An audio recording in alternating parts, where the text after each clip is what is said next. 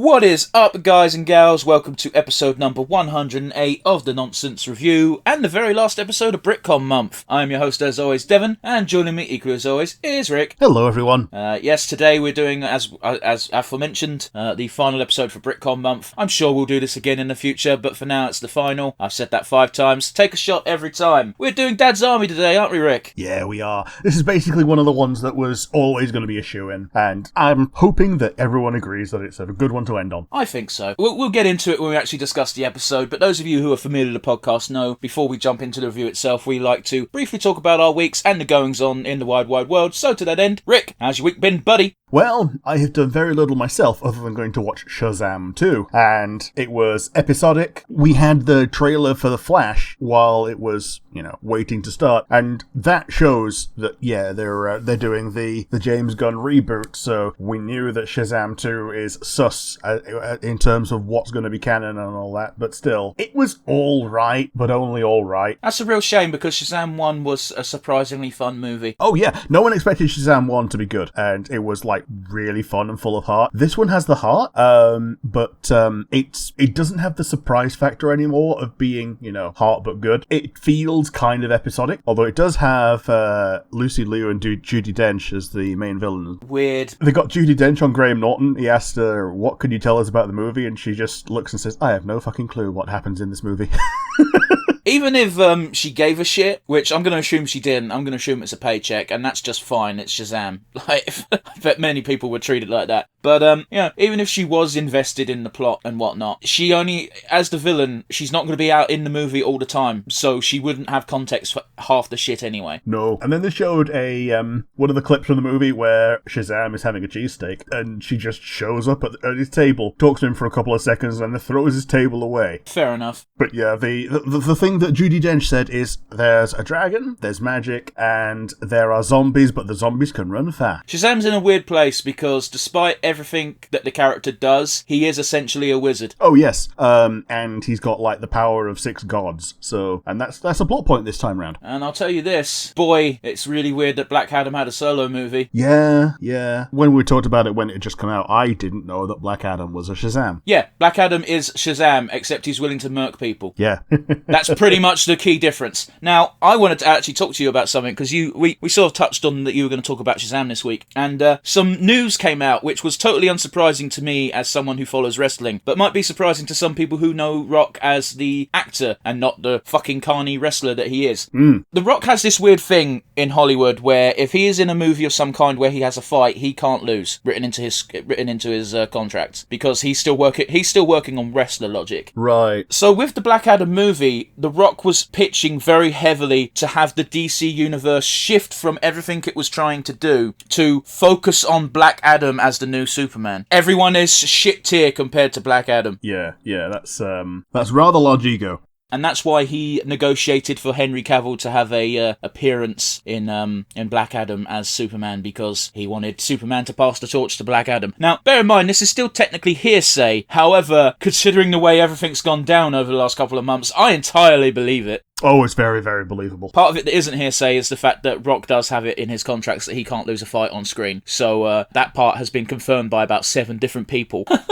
Which is why Superman was a cameo and not an actual fight. Yeah, in The Rock's world, the character he plays can beat everyone in the DC universe, which, not even fucking close.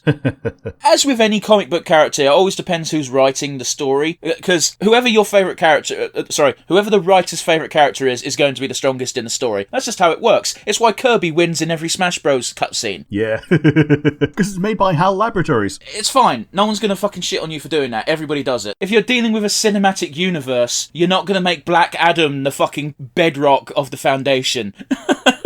No. Not when the alternatives are Superman and Batman and Wonder Woman. No. Well, it's weird, isn't it? Because we don't actually know where they're going with the DC. I'm going to call it the DCU, even though it doesn't technically exist yet.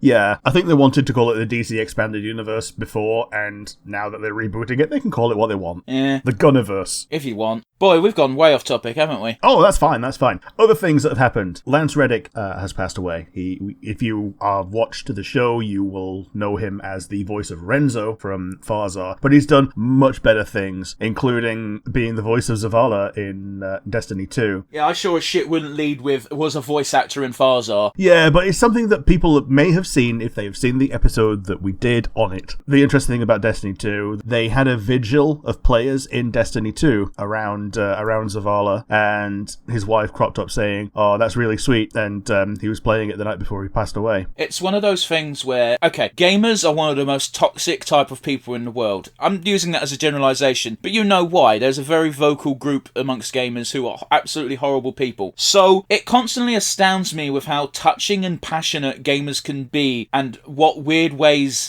but lovely ways they can show compassion and respect to certain individuals. Because we had a similar thing when Miura passed in FF14. Yeah. Don't know why. It has nothing to do with FF14. But everyone dressed up as the Dark Knight and they did the fucking stand-in vigil thing. And I think they did that for like 24 hours. Like, bear in mind, FF14 is a much bigger player base than Destiny. So they had a constant line of people dropping in and jumping back in and doing all sorts of wacky stuff. But, you know, this sort of thing is just... no one asks for it, you know? And yet it's really touching when it happens. It's because no one asks for it, and because it kind of springs up from nowhere from, like you say, a group that people expect to not be the most compassionate. Yeah, gross. Based on a few bad apples. You know what they say, a few bad apples spoil the bunch, and I do tend to agree with that. It's why I don't like police. Yeah. Another one is that Willow's director has stated that even though the series is finished on Disney Plus, finished in like January, he still intends to make season 2, even though Disney has already released all of the actors from contract.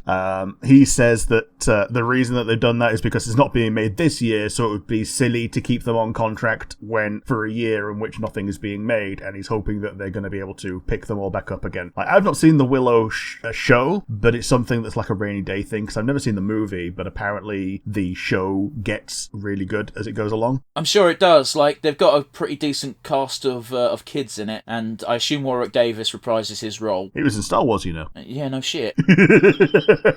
I say, he's in Star Wars, but that's basically his gag. But yeah, into DLC news. The Vampire Survivors DLC is now out on mobile. It was out on PC quite a while ago, i.e. when the Game Awards dropped, and the mobile port was kind of a backburner project for them. They've now gotten around to bringing out the DLC. It's 89p, which is nothing. On top of a free base game, it's a great way to boost possibly one of the most complete mobile experiences I've seen in a long time. Boy, I will tell you one thing that has soured me on Vampire Survivors. Oh? It's a great game. It's a great concept. Boy, is there a million fucking knockoffs. Yes, there are. And they're all on my recommended on Steam, and I don't know why. But yep, the Sonic DLC has started. Which Sonic? Sonic Frontiers. They are releasing a bunch of new content, the first of which is the most boring, but it's all free. Oh, that's fine then. Who gives a fuck? Yeah, the one that's out right now is a time attack mode, music player, and camera mode. The kind of things that, could have launched with the main game, but they were on a bit of a crunch. And the ones in future include new playable characters, which is what people are actually looking forward to. Come on, SBO! Well, it's just going to be the main quartet, really, isn't it? So it's you got Sonic, and then you're going to get Amy, Knuckles, and Tails. Come on, SBO!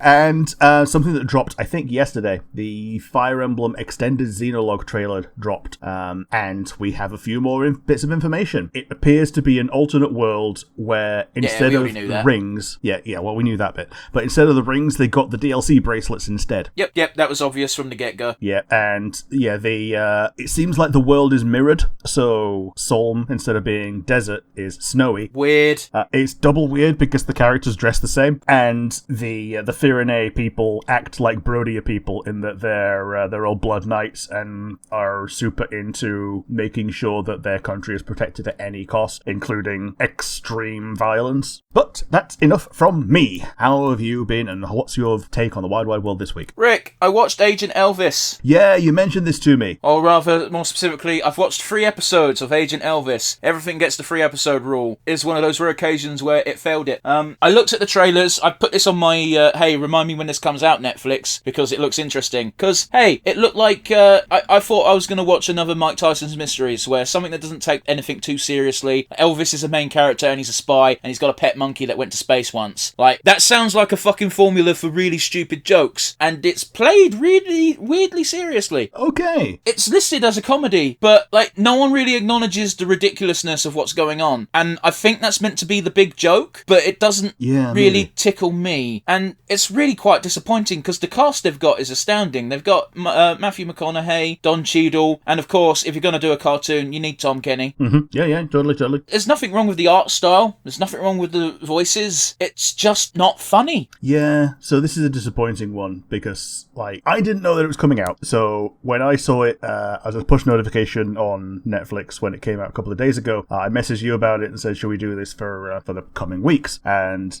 by that point, you'd already started watching it and had already been kind of soured. So it's disappointing to hear that it's one that sours people. I think it might be my sense of humour just doesn't line up with it, and that's fine. Sure.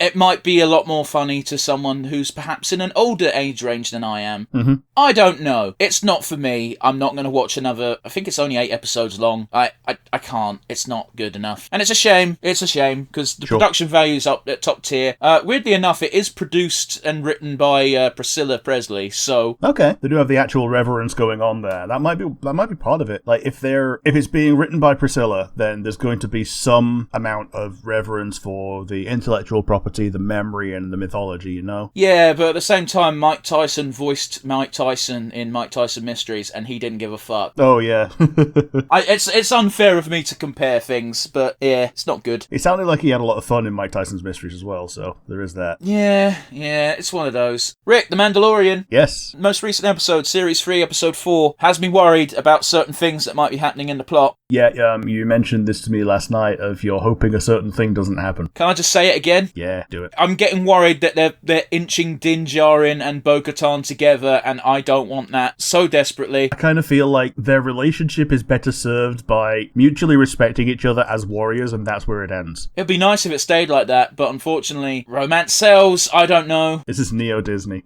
Alright, you ready for Old Loose? Yeah, let's go. First things first, about 3 or 4 days ago, Games Workshop posted a video on their Facebook page. The video was of a sleeping lion waking up, and everyone lost their shit. And then yesterday they revealed the new model for Lionel Johnson. It looks cool. It does. It also means we've now got 2 of the Emperor's artifacts in play in 40k. Lionel Johnson has the shield, Gulliman had the sword, just saying. So is this with the Sword of the Lion being reforged? I don't fucking know. Because I know a big part of Cypher in 40k lore was he had the sword, and eventually he'd bring it to the lion, and it would be reforged because it's broken. He's just got it in the scabbard, and then the fallen angels will be redeemed. That was the entire lore of that. I don't pay attention to 40k lore around Space Marines because it changes every 2 years. Oh yeah, it fucking does. Like, this lore was from fucking like 2001. Oh, that's almost definitely not the case anymore then. The other piece of news is, well, it's good news, and it also means I have to eat a slice of humble pie on the podcast. Okay. Justin Roiland has been completely cleared of his domestic abuse charges, and yeah, I remember when these first came up, we announced it on the podcast.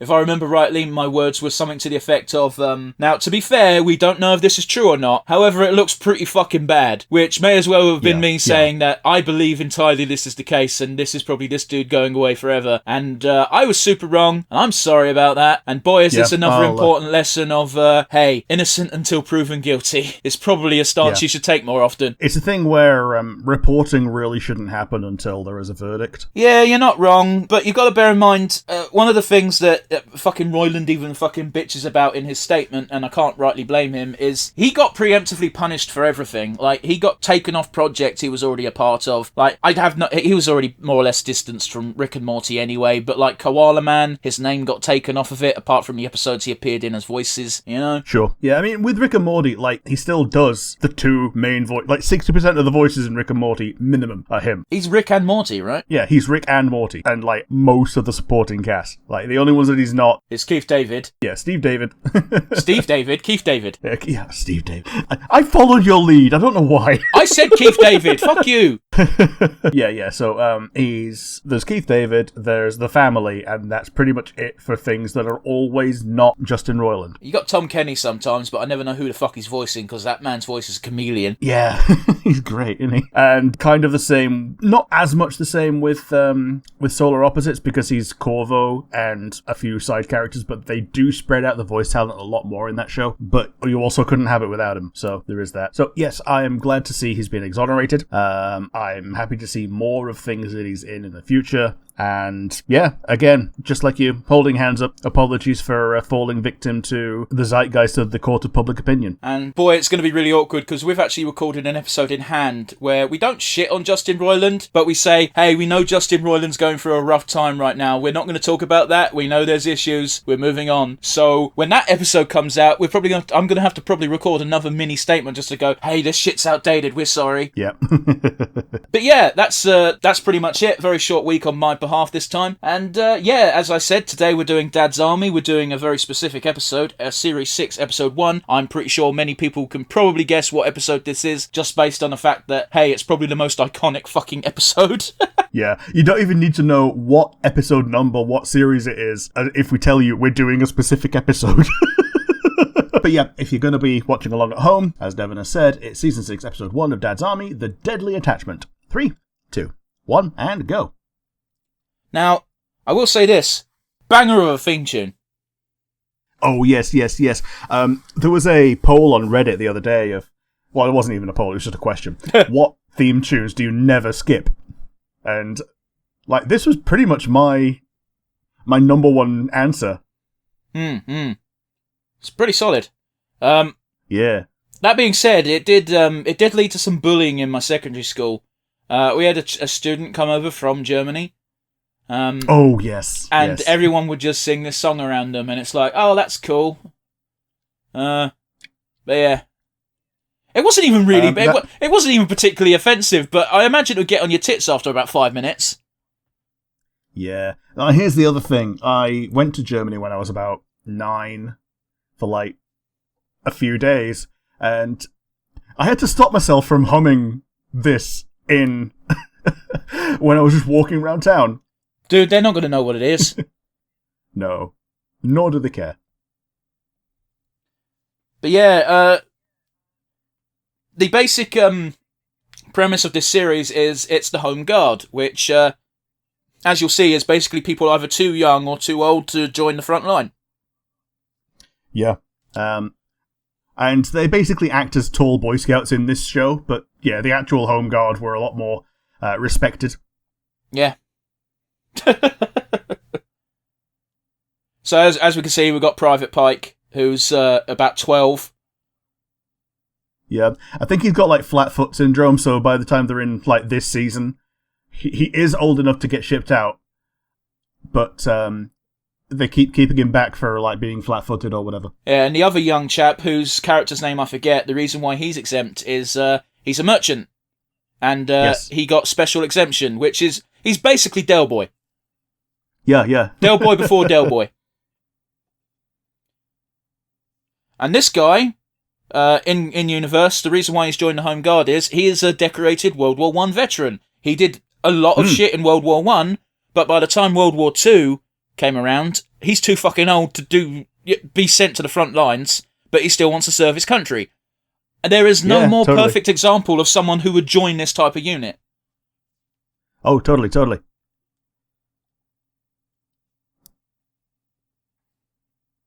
And I forgot his name. I've forgotten most of the characters' name apart from Captain Mannering and Private Pike.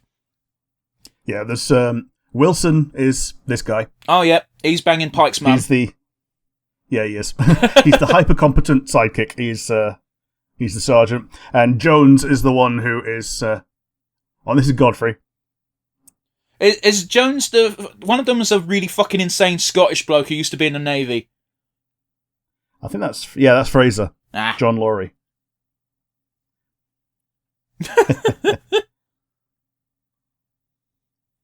This fucker. Yeah. You know, I've not actually watched the reboot. So, yes, I went to see it when it was in the cinemas, and my friend's wife, Alana, worked on it. She was in the costume department. She doesn't know whether or not she was credited. If you're in the costume department, unless you... I don't know. I think you have to request that shit. Unless you're, Yeah. the head of the department.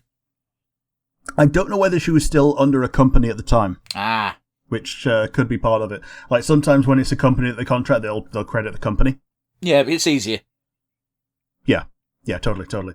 Even if there's only like 2 people in the company that do the actual work. Yep. It's easier to credit the company, and then that gives good press to the company.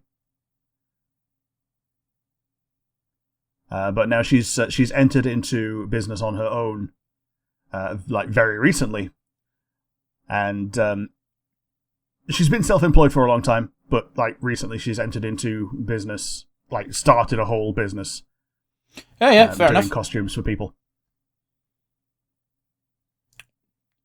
The only thing I know about the reboot is I know Matt Horn plays the Del Boy type character. Okay. Matt Horn? Captain Mannering. I know Captain Mannering in the reboot is Zola. Oh, okay. Yeah, and I know Bill Nye's in it. I don't know who he plays. Me either. I forgot. It's been a while. Well, I didn't watch the damn thing, so I...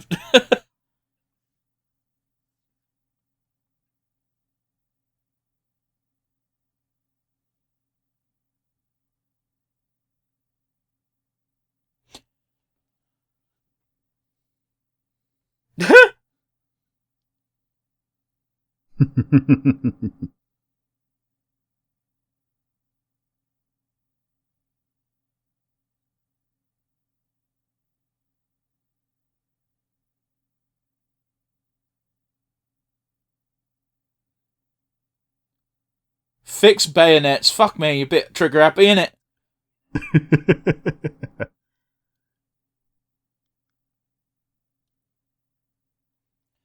I do occasionally watch Dad's Army whenever it crops up on Gold. Sometimes they have the really old black and white episodes.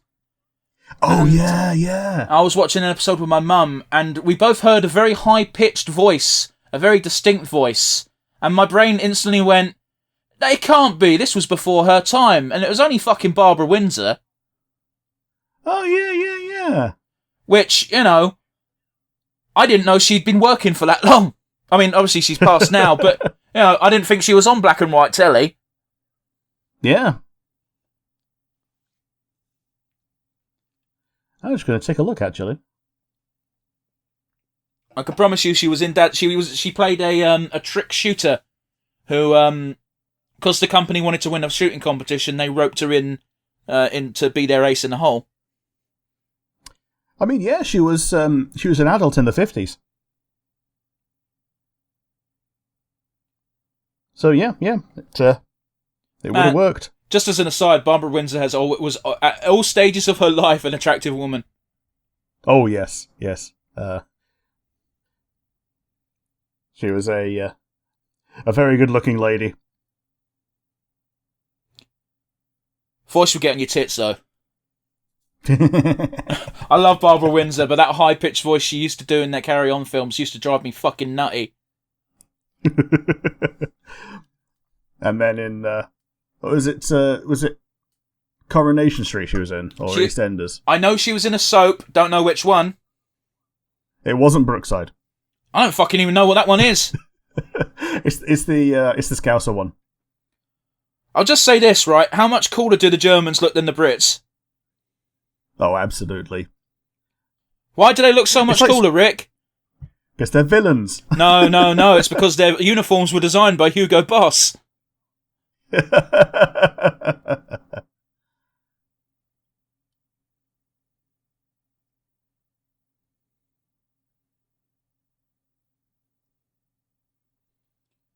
Oh, they're getting a step ladder. We all know where this is going.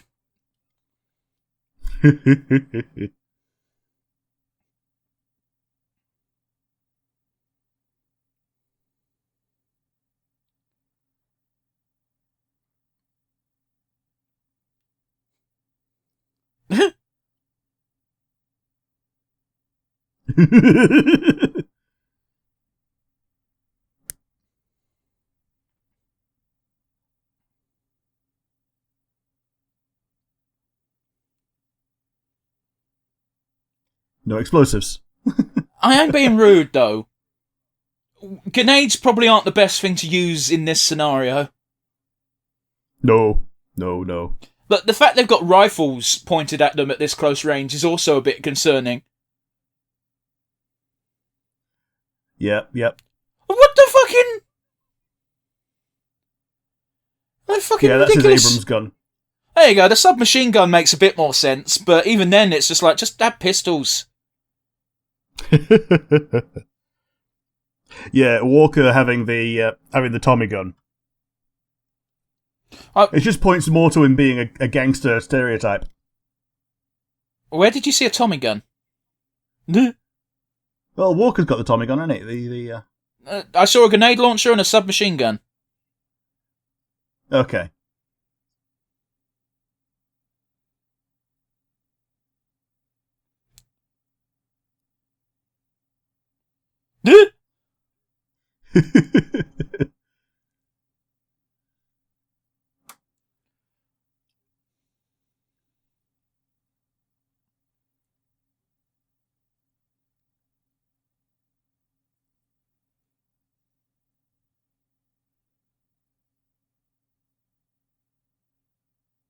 When's the Notebook going to come out? That's the question. Ooh. Oh, fuck, that's so fucking real. Oh. Just, I'm not going to cough right now because I need to look like a badass.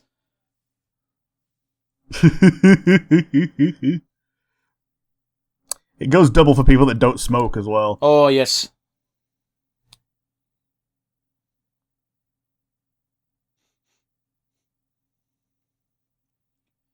Oh, it is a Tommy gun. Yeah. It looked very small in the initial shot, so my apologies. Oh, it must have been the angle that the drum was shown at. Like, I saw it, but if you look at it side on, it doesn't look as much like a drum. Godfrey's nodded off.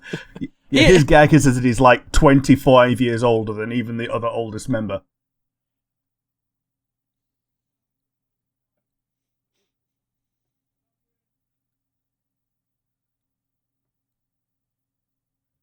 One other interesting thing about the German Navy during the Second World War is a lot of them refused to do the Hitler salute and just stuck with the regular one. Mm-hmm. Like I know I know the captain of the Bismarck very specifically ordered his troops to salute Hitler, not do the Sieg Heil bullshit. Yeah. Okay.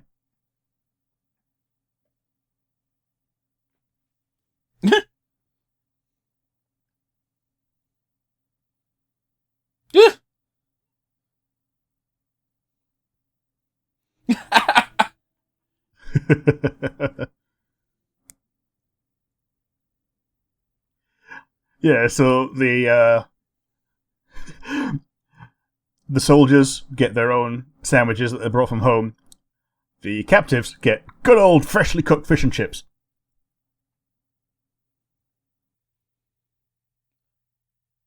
Well, to be fair, Captain Mannering makes out like a fucking golden one during this era because he's always getting extra meat from the butcher, who I've forgotten his fucking name. The guy on the right, just to the next to him. Oh, it's Jones. Yeah, Jones. Was it Jones? Yeah, Jonesy. Yeah. Jonesy? Is Jonesy the old fuck? They're all old fucks. That don't help. Yeah, Lance Corporal Jones, the one that was the veteran. He's the butcher. Okie dokie.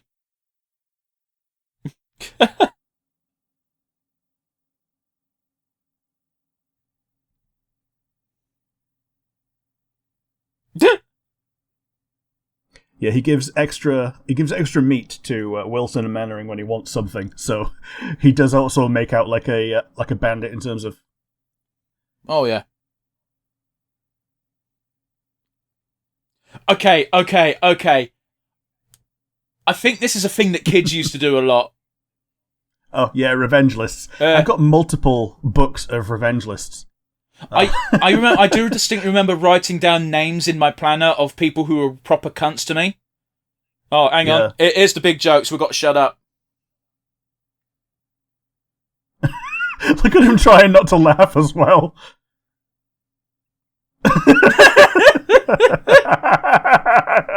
Oh, look at that shit-eating smile. I think he's doing his damnedest not to burst into laughter. Oh, fuck.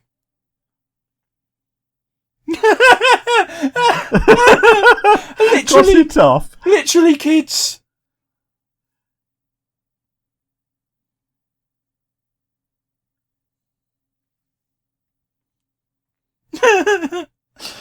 They never show this bit in the compilations.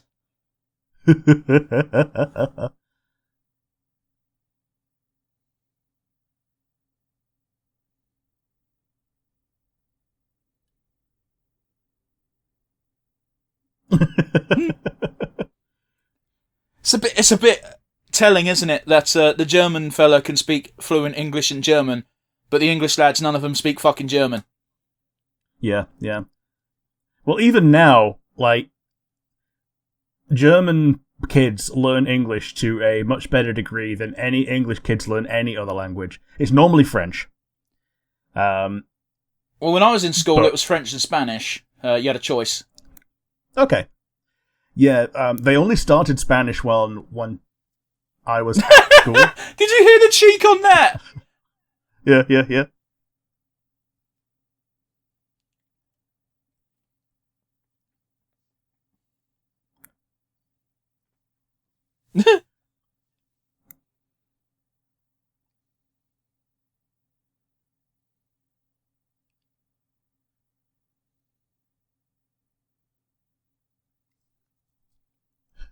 Who has chips without salt? This is surprisingly cool. Like, he's treating these guys with more respect than Captain Mannering was. Oh, totally.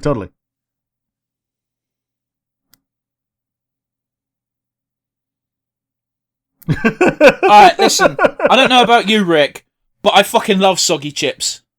Oh, I think they're the best. Like, the soggy chips from the chip shop are the best ones because they're like halfway towards being mashed potato. Well, it's also while because also being in the shape of chips.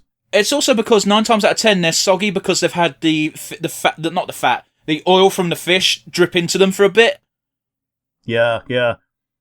And let's say if you got a big order of chips for everyone, then you get more of the soggy ones because other people want the crispy bits. Yeah.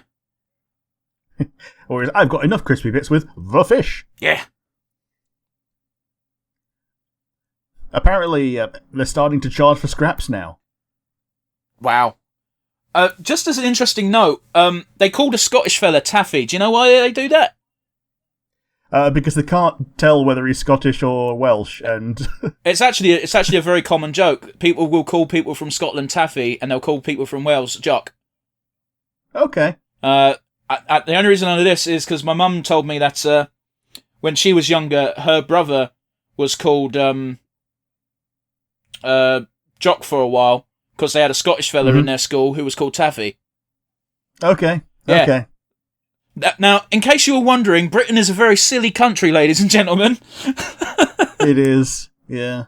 Well, we also had a guy in our class who, we had one teacher who called him Microtaff. Okay, then. Because his older brother actually was called Taff. Oh. So, the only known person actually called Taffy is the older brother of a mate of mine from school. Fair enough. But obviously, there are other known people called Taffy, but I've never met one. Just as an aside, this fucking MP, military police, I believe he is. He's fucking always a pain in the arse in this show.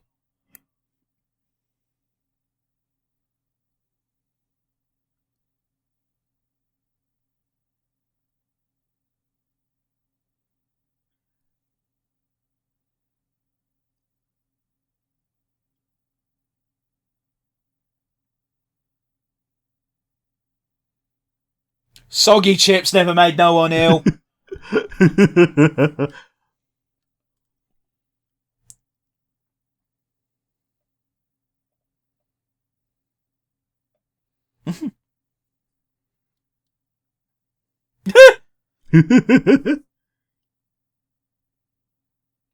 He's got a grenade launcher. He should not be the one doing Overwatch. No, no, no. Granted, the grenades are duds, we know that, but they don't.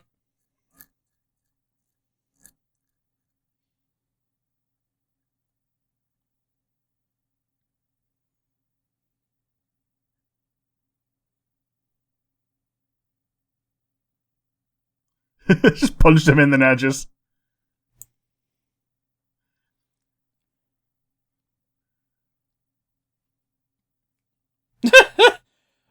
Oh, fuck me, it's a machine gun, not a grenade launcher. Yeah, that's the That's not the Yeah, I Tommy. think that's That's how- not yeah, the that's how Tommy this gun subject- I'm because just- Pike has the Tommy gun. Yeah, Pine's got the Tommy gun. This is the that's the field machine gun. Right. Boy, this is quite the Mexican standoff, eh?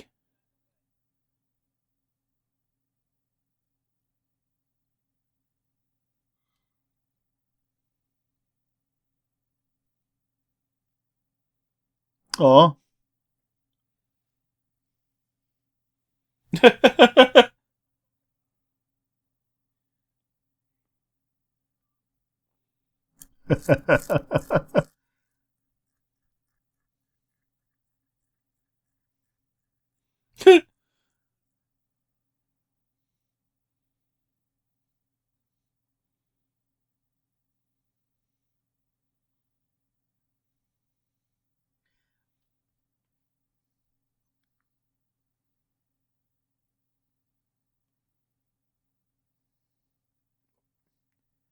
Yeah, Private Walker was the first one to pass away. He passed away during the season, well, during the series' filming. Jesus. So he kind of got semi-replaced by Private Sponge, who pops in and out of the cast. Fair enough.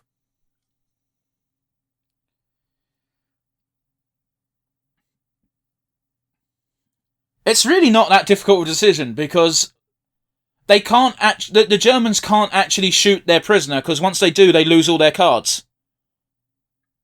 Hmm. The unfortunate reality is though is Captain Mannering and his crew are not the best suited for a negotiation because they don't know what the fuck they're doing. Nope.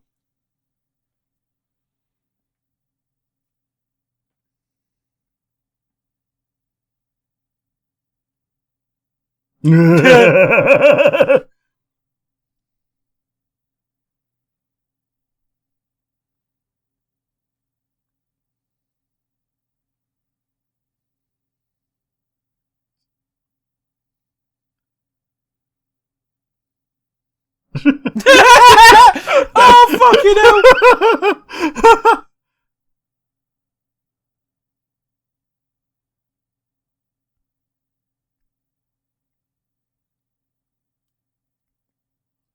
Fucking hell!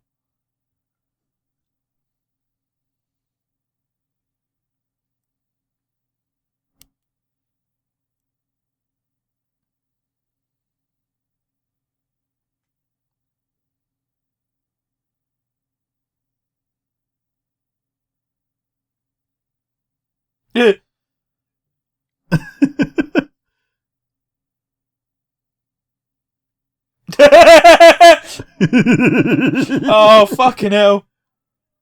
Stupid boy. He just thinks they're talking about films now. Yeah, yeah.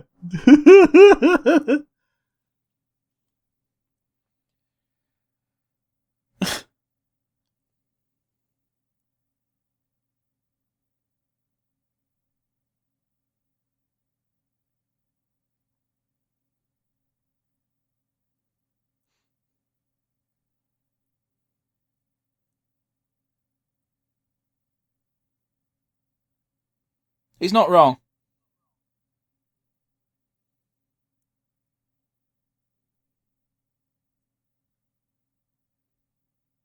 That's a stupid plan. Mm. It was a solid plan, but the fact that they've put down their rifles is a stupid part.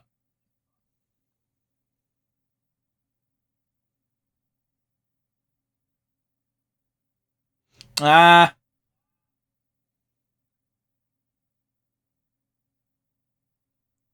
So that's the one good working grenade they've given him. Yep.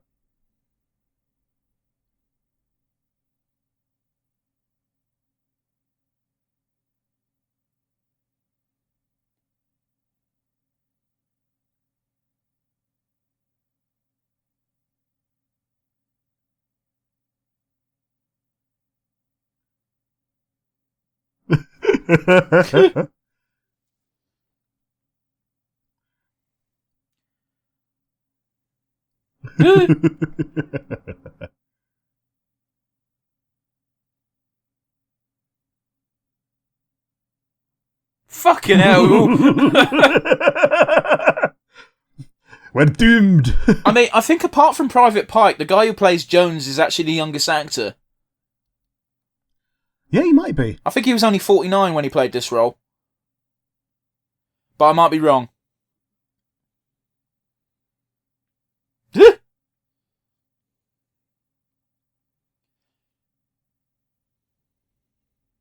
Yeah, he does a good job of appearing to be an old guy, but...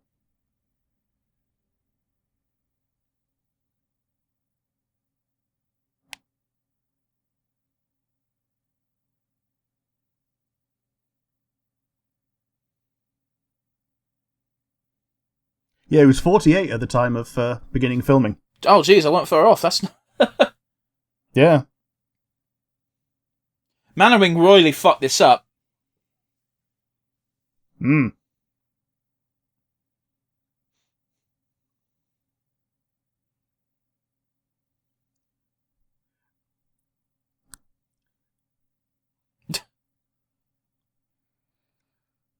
Oh, does he have an Iron Cross as well? What, Jones?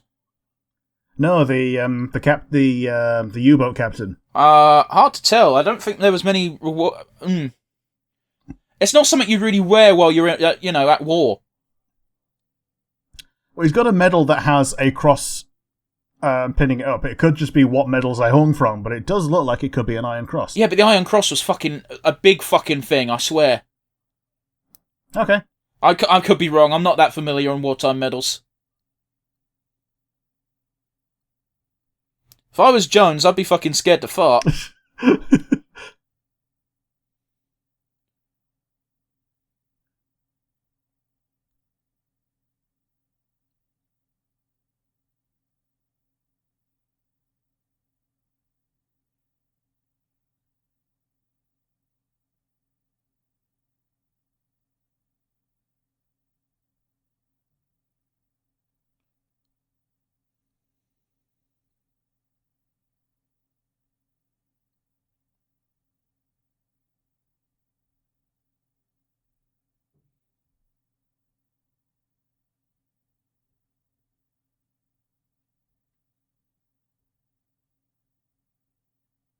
Oh, don't pull it.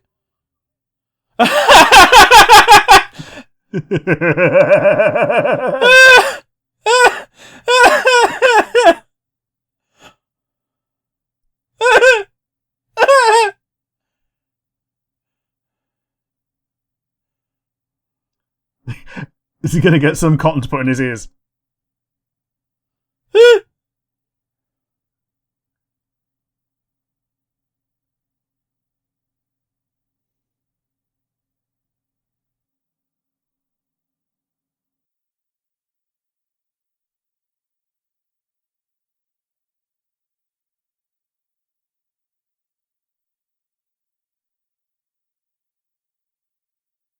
Yeah, Wilson taking charge of the situation. Yep. Look at that mad manic look on the Scott's fucking face.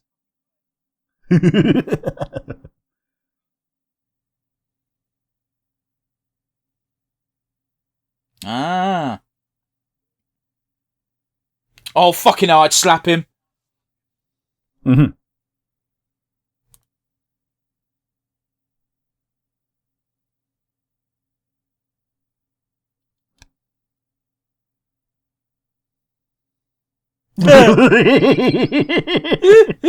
Squirrel tackle. Oh, here we go. We're going to get all the actors. I do like this way of showing everyone who played. It's got Arthur Lowe, John Namazaria, Clive Dunn. Do you want to take a couple? Yeah, they put a little bit of Yeah, John Laurie, James Beck. They put a little bit of character into them as well. Arnold Ridley. James Beck died super fucking young. Yeah, he did. Ian Lavender. Man, I thought I said Lan, and I'm like, that's a weird name. Philip Maddock as a U-boat captain. So, and Bill Pertwee. Private Sponge gets a credit, but he's not in this episode. I guess that's because near the end of this series, he took over more of a role. Yeah. 1973. Blimey. Predated me by about 11 years. Yeah. To think that Dad's Army and Star Wars intersected for 1 year. When did Star Wars come out? 1977 is when Dad's Army finished. This had another 4 seasons. Wait. Yeah. Because this was season 6. How many seasons did fucking Dad's Army have? More.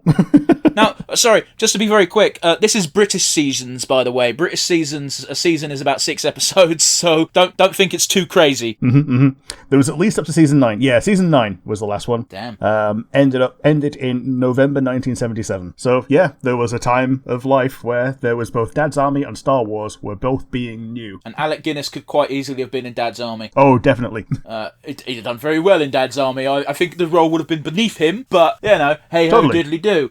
Anyway, we decided to watch this episode based on one joke, the most iconic joke that everyone knows from Dad's Army, and I was going to get into my thoughts, but first things first. Rick, what did you think of the episode? It was a good one. So it showcased, I think, all the characters very well, and there's a reason that not only is this the iconic episode, but it's also the one that they do when they're doing a stage play. Oh, okay. So if someone wants to adapt like an episode of sitcoms for small stage, then this is one of the episodes they'll pick. That like similarly they'll do like hello hello. Good morning. Yeah, good morning, and the portrait of the fallen Madonna with the big boobies, and what's the other one that they'll do? Ah, well, but yeah, generally, World War II comedies are actually pretty popular for small stage, and yeah, this is the episode, and it's good for a good reason. You've got an antagonist for once who's not just the air raid warden and the verger, which serves very well, I think. Yeah, because the Verger's constantly accusing the gang of doing weird shit in the church.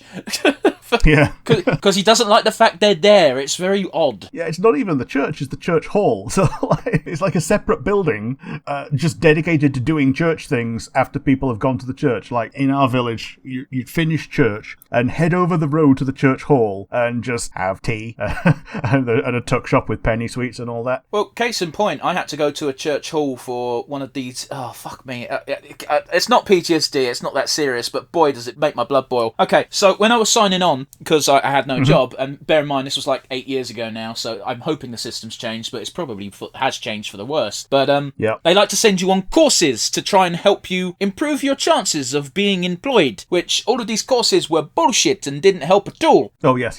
But about 3 of these courses were all held in church halls, so, you know, it really is not an exclusively religious thing, although I'm sure there's some vicars and vergers in the country who like to think that, no, if you don't say yes, thank you to God, you cannot be here. But yes, what did you think? What did I think? Well, the thing I really wanted to get out there is this episode is always showcased on greatest British comedy moments on TV, and it's always, don't tell him, Pike, and it's fucking funny every time you see it. I don't care what anyone says, it's always funny. I didn't realise that the episode in its entirety was a fucking banger. Yeah, totally. Like, Rob Beck's character fucking taking the order for the fish and chips. That was fucking hilarious to me. Wilson, is that his name? Wilson is the... second in command. Second in command, yeah. Yeah, Wilson arming the grenades, but not really, and that's the ultimate, trump card. Like, it was basically JoJo shit. Mm-hmm. What I mean by that is, in JoJo's Bizarre Adventure, you'll always have these climactic fight scenes where it's revealed that the main character actually did something earlier on to give him an advantage in the fight and let him win. And that's literally what happened in this Dad's Army episode. Now, it's not quite as flamboyant and over the top as JoJo, but it's the same principle. Yeah, totally. It was it was a good. I enjoyed it. I very much enjoyed it. I like Dad's Army anyway. I think it's I don't think it's underrated. I think it's underrated with our generation. Yeah, it's underrepresented, I think. Anybody that gets to see it will like it, even if you have to educate yourself a little bit on, yes, this really did happen, but also maybe not exactly like this, because it's a comedy. Oh, absolutely. But, you know, when people think of old British sitcoms, sitcoms, I think they always go to Only Fools and Horses first, and it pretty much branches out from there. Like Only Fools, Vicar of Dibley, shit like that. Man, I remember the Vicar of Dibley. I do as well, man. It was a good show. No, yes. Okay, one of the best jokes they did with that character, and yes, we're going on a tangent, fuck it, who cares, was he was on Deal or No Deal, and he said, the banker offered me £10,000, and I said, no, deal. And they thought I said, no deal. How much did you walk away with then? 10p. The other one he does is he's in charge of the tannoy for a country fair, and he goes, no, parking is allowed in the upper field. And someone asks him for clarification, and he just says, no, parking is allowed in the upper field. Do you know what really bugs me, Rick? Is your impression is spot on, and it hurts my soul because it makes me look like I put in no effort. It's one of the easiest ones to do as well. Tangent aside, Rick, we need to do our rundown. Do you have a favourite moment? Well, it's either going to be Don't Tell Him Pike, which is pretty much a shoo-in, or...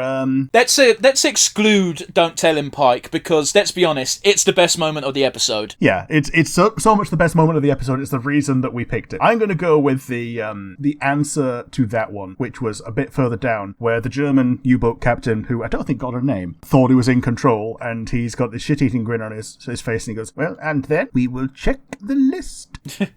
It's just the epitome of him knowing that he is in control of the situation, and I thought it was like absolutely brilliant. But yeah, how about you? What was your favourite moment? I really did enjoy the fish and chip order. That entire section was fucking hilarious, which is odd because it literally comes straight after Don't Tell Him Pike, and I don't think this moment ever gets a shoe-in. Yeah, totally. And then there's the honourable mention of can you have a nice chat with him, get him to take my name off the list. It's not fair. It's not fair I should be on the list. Yeah, so yeah, the reason why Pike is so close to Wilson and why he calls him uncle is because Wilson is pretty much going out with Pike's mum, but no one really addresses it. But yes, we can't only talk about the good, we got to talk about the bad. Rick, do you have a weakest link for me? I don't think I do. Sometimes the pacing was not perfect, but like you had to give yourself a breather between gags. I think maybe they didn't give as much focus on Pike and Wilson as they could have done, considering that Wilson's basically the hero of this of today. I get what you're saying, however, pretty much every fucking episode apart from this one focuses on their relationship. So yeah, I think they did pretty well with dividing up the attention on the characters. I think the only thing that I would say is something that I would have added to the episode is I would have given the U-boat captain a name, and it seems like he doesn't have one. So it's an incredibly weakest link, because otherwise the show was great. How about you? What was your weakest link? My weakest link is a meta weakest link, and that is this episode is known as a one joke episode, and that is a fucking travesty. Oh, it's also a lie. Like, we brought up things that are not just that one joke that we all enjoyed. Yep. Like, even I thought this was a one joke episode going in, because, hey, that's what I've been led to believe. I've not watched all of Dad's Army, and I've not watched this episode before. I was very surprised that the rest of the episode was still funny. Yeah, totally. But yes, the crowning glory of our Rhine down, Rick. Do you have an MVP? I'm going to give it to the U-boat captain, played by one Philip Maddock. He stole every scene that he was in, and as much as I would like to have given it to Wilson for being the hero, I've got to give it to the villain. So yeah, Philip Maddock's U-boat captain. How about you? Who's your MVP? I 100% agree with you. Philip Maddock, specifically the actor. I don't know him from anything else. Oh yeah, totally.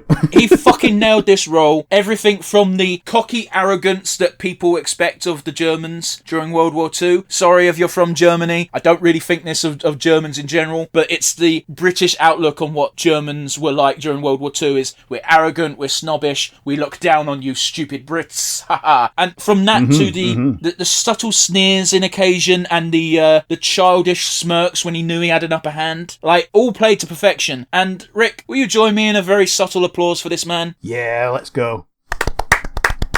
Like, very good. Like, yeah, I don't think this episode would have been half as entertaining without that character, let alone if that character was played by potentially someone else. Absolutely. But yeah, that brings us to a close on both Britcom month and Dad's Army. Thank you for joining us as always. We will have more themed months in the future, no doubt. And hell, we've got more than enough content to go through for another Britcom month. But that's neither here nor there. Don't forget, you got the comment section down below if you're watching via YouTube. If you're not watching via via YouTube, but instead listening via one of our many audio platforms, you can instead send us an email. Where have they said send an email, Rick? nonsensereviewuk@gmail.com. Once again, that is nonsensereviewuk@gmail.com. Yes. So, yeah, I guess there's nothing else to say apart from so long, adieu, auf Wiedersehen, goodbye. Ta-ra!